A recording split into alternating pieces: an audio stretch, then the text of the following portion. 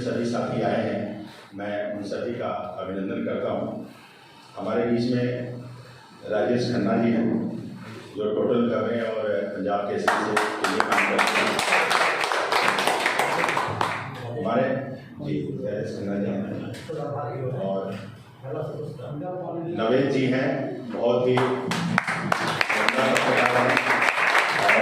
दिलचस्प सवाल करते हैं और ताज़ा खबर से हम इनका हार्दिक अभिनंदन करते हैं। उनके साथ उनके सहयोगी भी हैं, उनका भी।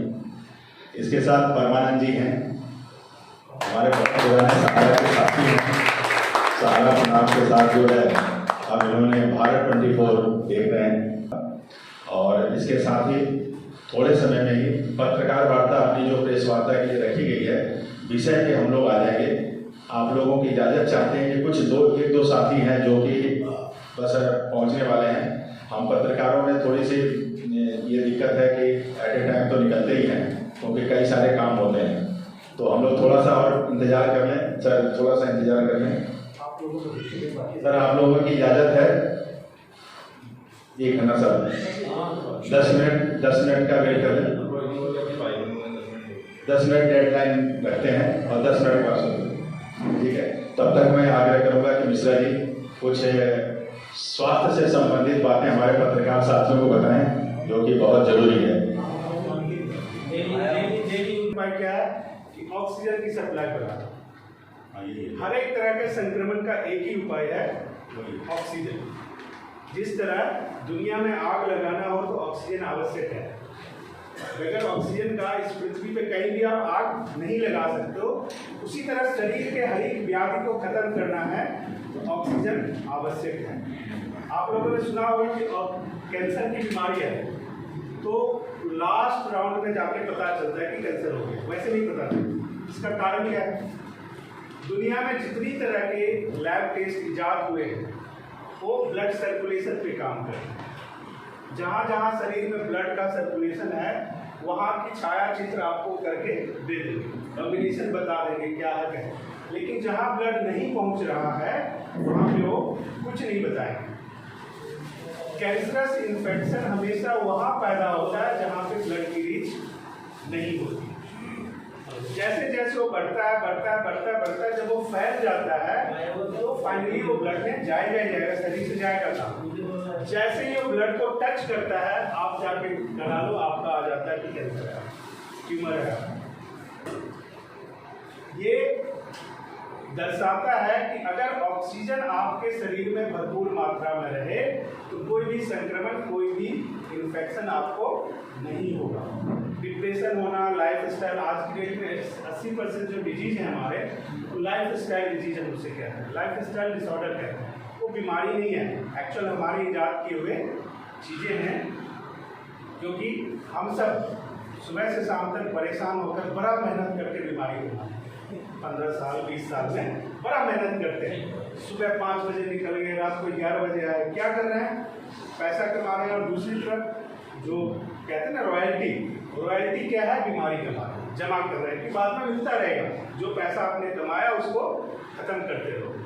तो ये जो बीमारी कमाते हैं इसी को हम लाइफ स्टाइल डिजीज कहते हैं, क्योंकि ये बीमारी इसलिए होता है कि आप अपनी वजह से। तो आज मुझे इतना ही वक्त मिला है, आगे जब कभी मौका मिलेगा तो आपको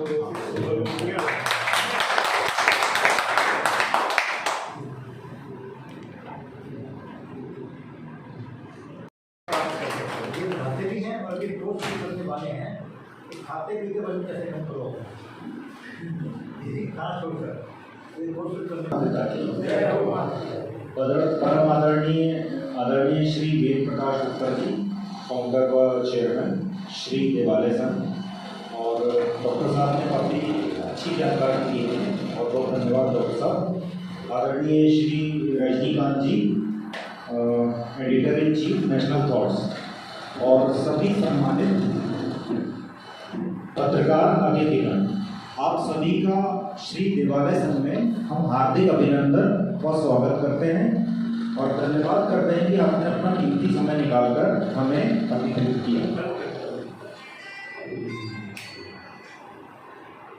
जी आप देश के वो पावरफुल लोग हैं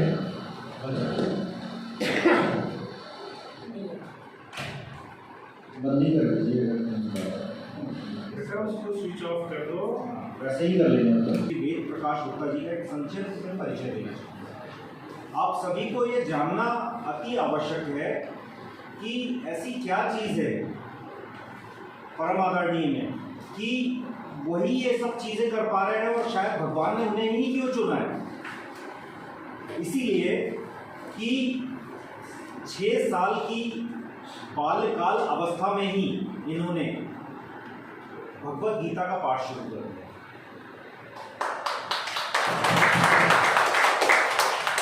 11 साल की उम्र तक आते आते 1000 किताबों को वो पढ़ चुके हैं। आज की डेट तक 20,000 किताबों का बड़े सर ने अध्ययन कर चुके हैं। सिंगापुर की एक कंपनी जो IQ लेवल EQ लेवल पे इंटेलिजेंस टेस्ट करती है, उन्होंने सर को जो रेटिंग दी है वो A+ कैटेगरी में रेटिंग करी है, जो कि वोल्टियर सिलेक्टेड साइंस की A ग्रुप में वो कैटेगरी सर की कैटेगराइज की हुई है। इसके साथ साथ जो सर की बुक है गागर में सागर, वो अपने आप में लाइफ एंड फाइनेंशियल एक्सपीरियंस पे कंप्लीट बुक है, जो बड़े बड़े मिनिस्टर्स के हाथ में पहुंचाई गई है। जब सर ने नेपाल में अपना उद्बोधन किया तो मैं सर के साथ ही था। मेरा सौभाग्य था कि नेपाल के उद्बोधन में वहाँ के जब एक्स डिप्टी प्राइम मिनिस्टर आए, वहाँ के एक्स प्राइम मिनिस्टर से भी मीटिंग हुई, तो सभी ने एक ही बात कही, पहली बार किसी गैर नेपाली व्यक्ति को इतने अच्छे से सुना गया है और उन्होंने इतने अच्छे से ये सब बातें प्रेजेंट की जो हम लोग के माइंड में नहीं आ रही है। और ये सभी बात स्वयं ईश्वर के आशीर्वाद से ही संभव हो सकती है। तो अभी इतिहास एक लिखा जाना बाकी है और आप सब उस इतिहास के न सिर्फ साक्षी हैं बल्कि उस इतिहास में मुख्य भूमिका अदा करने जा रहे हैं इस प्रेस कॉन्फ्रेंस के माध्यम से, और आने वाली जो फर्दर प्रेस कॉन्फ्रेंस होगी उन प्रेस कॉन्फ्रेंस के माध्यम से, उन प्रोग्राम के माध्यम हमारे साथी मोहम्मद इकबाल साहब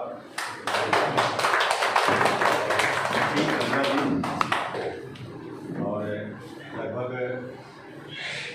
50 वर्षों की तपस्या है पत्रकारिता के अंदर, और जिनके नज्म और गज़ल और कई लाइनें भी फिल्मी दुनिया में चलती हैं। उन्होंने बहुत ही उम्दा लिखते हैं। इकबाल साहब जो मुलाकात हुई है, लेकिन कई वर्षों के बाद इस बार मुलाकात हुई कोरोना के बाद, वो विशेष आग्रह पर आज उपस्थित हुए हैं। आपका हार्दिक अभिनंदन और स्वागत है। अब विलम्ब न करते हुए अब आप लोगों के पाले में गेंद देखते हैं और आप अब लोग खेलना शुरू करें, और प्रेस वार्ता की शुरुआत यहीं शुरू होती है कि क्या कुछ देश में परिस्थिति और हालात हैं उसके ऊपर। परमपिता परमात्मा पर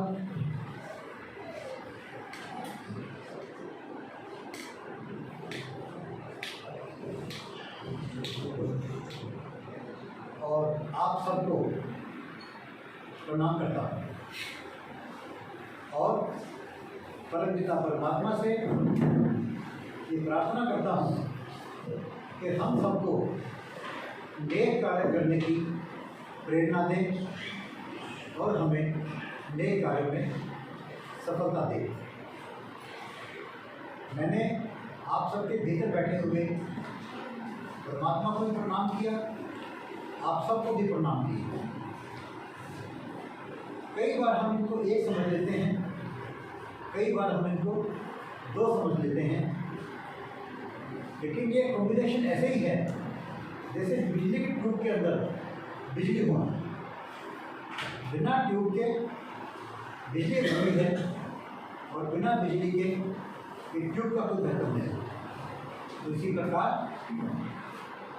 जीवन के अंदर हमारे अंदर जो आत्मा है, परमपिता परमात्मा का जो अंश है और जो हमारा जो भौतिक शरीर है, इन दोनों का ही महत्व है और इन दोनों का ही हमें ख्याल रखने की आवश्यकता है। सबसे पहले तो हम आज का विषय जानना चाहिए सर कि आज का विषय क्या है। फिर उसके बाद आप उसको तो शुरू करेंगे। पहले वो मोटा मोटा जो है वो रिकॉर्ड नायिका का उद्देश्य वो है जो चीज़ें पब्लिक डोमेन में नहीं है, जो चीज़ कोई नहीं जानता, उस चीज़ को लोगों तक पहुँचाना की पत्रिका का काम है। और भी बात हुई सर, सरकार और जनता के बीच की बातों को, जो चीज़ें दबी हुई हैं उनको सरकार तक पहुंचाना और जो अच्छी चीज़ें हों उनको फैलाना चाहिए। जी। जो छुपी हुई चीज़ें हैं जो बाहर नहीं निकल पा रही उनको जनता तक।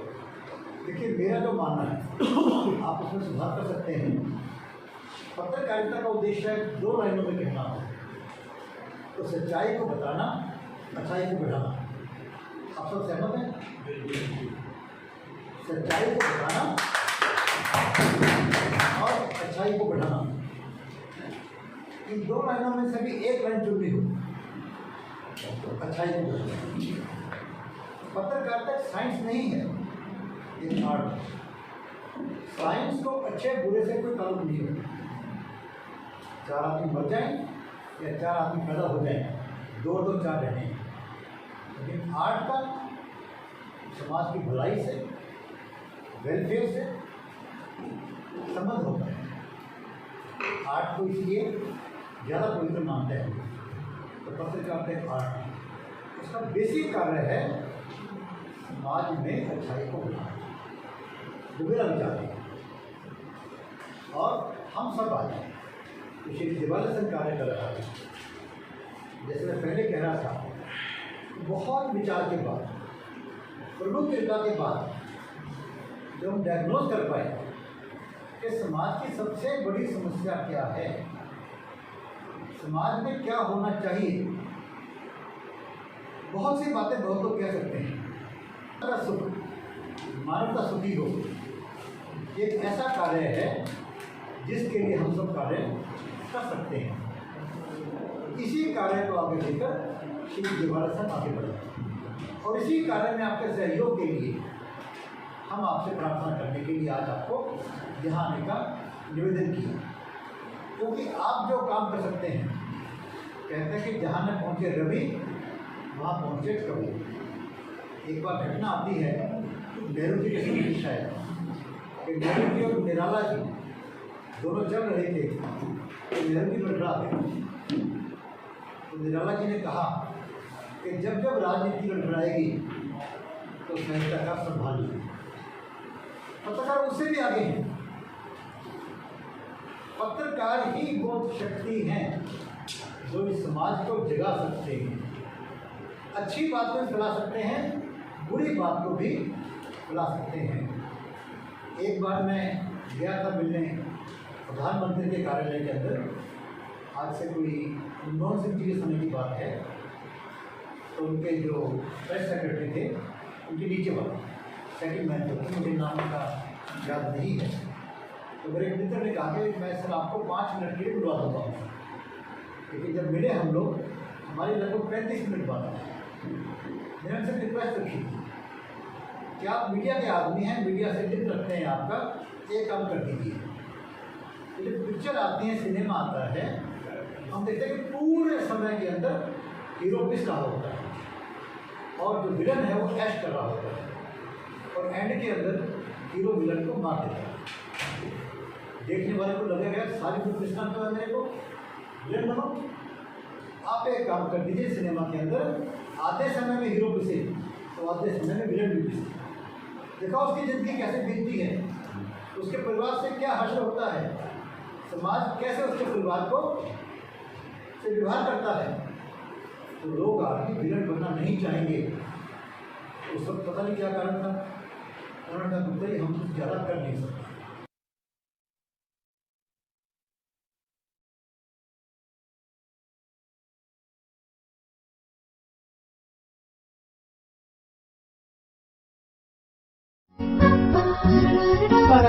दिन की शुरुआत पूजा के साथ, स्वाद बेहतरीन, पूजा नमकीन।